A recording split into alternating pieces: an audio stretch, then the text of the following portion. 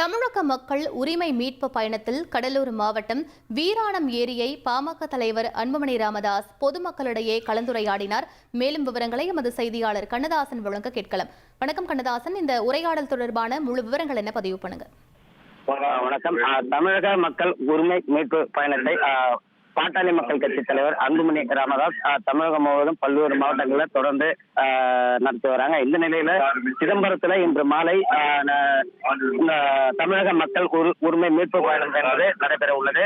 குறிப்பாக நேற்று வந்த பாமக தலைவர் அன்புமணி ராமதாஸ் இரவு சிதம்பரத்தில் தங்கி காலையில் சிதம்பரம் நடராஜர் கோயிலில் சுவாமி தரிசனம் செய்தார். அதனைத் தொடர்ந்து வீராணம் ஏரியை பார்வையிட்டு ஆய்வு செய்தார். என்ன காரணம் என்றால் 3வது சுரங்கம் அமைக்கப்பட்டால் இந்த வீராணம் ஏரி முழுவதும் பாழாகும் எனவும் இதனால் விவசாயிகளுக்காக வெட்டப்பட்ட வீராணம் ஏரி சேதமானால் விவசாயிகள் மற்றும் விவசாய பணிகள் முற்றிலும் அழிந்து போகும் நிலை இருப்பதாகவும் அதனால் இந்த பகுதிக்கு வந்து ஆய்வு செய்தார். பின்னர் அங்கிருந்த பொதுமக்களிடம் வந்து கலந்துரையாடல் செய்தார். அதன் பின்பு தற்போது பொதுமக்களிடம் பேசிக் கொண்டு வருகிறார்.